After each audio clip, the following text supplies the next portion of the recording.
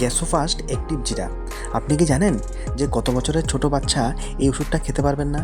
আর একদিনে আপনি কতটা স্যাচেট খেতে পারবেন? আর কন্টিনিউ আপনি কতদিন এই ওষুধটা খেতে পারবেন? মনে রাখবেন, 12 বছরের ছোট বাচ্চারা কিন্তু গ্যাসোফাস্ট খেতে পারবে না।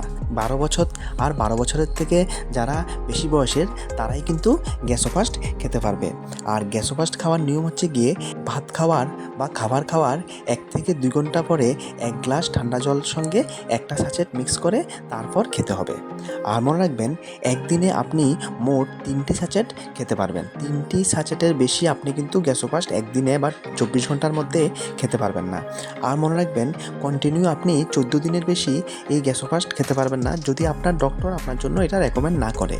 আর মনে রাখবেন, যদি আপনার লিভারের সমস্যা থাকে বা হাই ব্লাড প্রেশার থাকে বা হার্ট ডিজিজ থাকে বা কিডনির সমস্যা থাকে, তাহলে কিন্তু আপনি গ্যাসোফাস্ট খেতে পারবেন না। আর মনে রাখবেন, প্রেগনেন্ট মহিলারা আর যারা বাচ্চাকে বুকের দুধ খাওয়ায়, এই ধরনের মহিলারা গ্যাসোফাস্ট খাওয়ার আগে কিন্তু ডক্টরের পরামর্শ অবশ্যই নেবেন। ইনফরমেশনগুলি ভালো লাগলে ভিডিওটিকে একটি লাইক অবশ্যই দেবেন। Thank you.